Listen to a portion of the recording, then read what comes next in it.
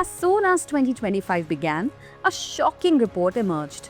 According to research by Australia's Lowy Institute, this year 75 developing countries are set to repay China a record $22 billion in debt.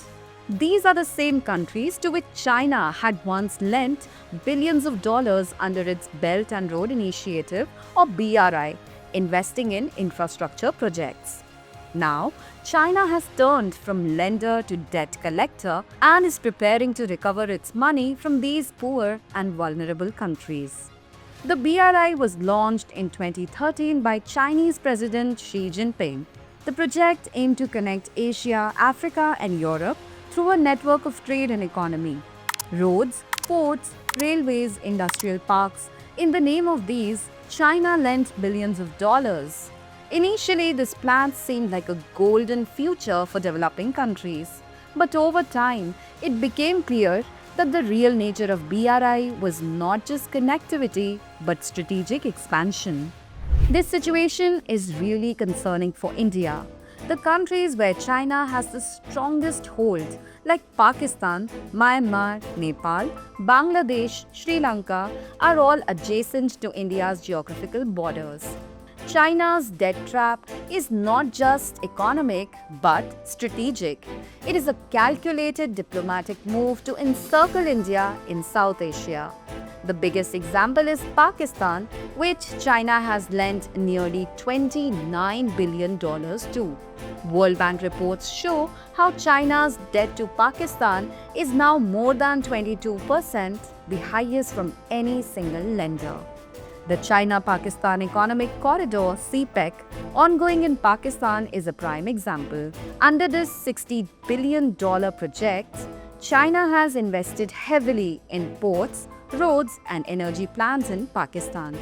But now Pakistan's economy is faltering and it repeatedly has to request China to roll over loans. Recently, China extended another $2 billion loan to Pakistan, signaling that China may adopt a tougher stance on recovering its money. The report says that the grace period on debts given to countries under BRI between 2012 and 2018 is ending. This means it is now time to repay. China is pressing these countries for repayment, and this is the point where China's image is shifting from a development partner to a debt collector. Sri Lanka's Hambantota port is a classic example where, unable to pay, Sri Lanka had to lease the port to China for 99 years. India has always said that the foundation of development should be transparency, participation and self-reliance, not foreign investment laden with heavy debts and complicated conditions. With this in mind, India refused to join the BRI. India believes that any connectivity project should respect local sovereignty and transparency. That is why India is moving towards alternative partnerships like the India-Middle East-Europe Economic Corridor or IMEC, which, in collaboration with the US and the European Union, tries to offer a reliable alternative. For India, it is also essential to make countries in South Asia and Africa understand that debt is not a means of development. But if one is not cautious, it can become a trap. India should help these countries move towards models like technical cooperation, human resource development and microfinance, so they become self-reliant and can avoid debt-centric strategies like China's. China also has its own perspective on this issue. The Chinese Ministry of Foreign Affairs has called these reports rumors and said that China's debt cooperation aligns with international standards and market principles. But the truth is that China's debt payments from 54 countries exceed the total debt payments made to all Western lenders in the Paris Club combined. This means China has now become the largest bilateral lender. And when the lender is big, so is its influence.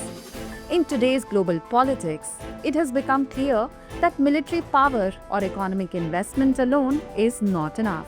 Trust and cooperation are the greatest currencies. China's debt trap certainly makes it powerful, but the instability in affected countries can also become a long-term risk for China.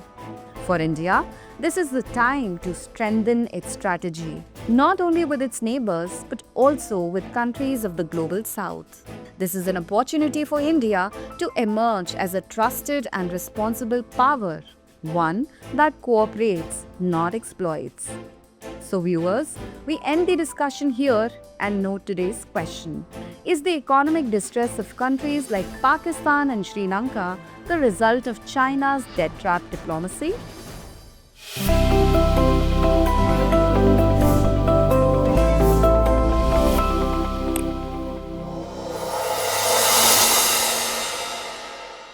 For more informative content, like, share and subscribe, and do not forget to press the bell icon to get the notifications.